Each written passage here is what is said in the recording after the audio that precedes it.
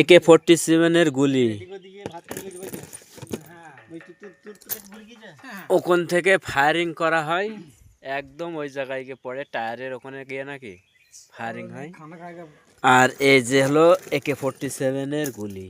আপনারা কোনোদিন যদি দেখে থাকো তা কমেন্ট থেকে দেখা হবে, ঠিক আছে?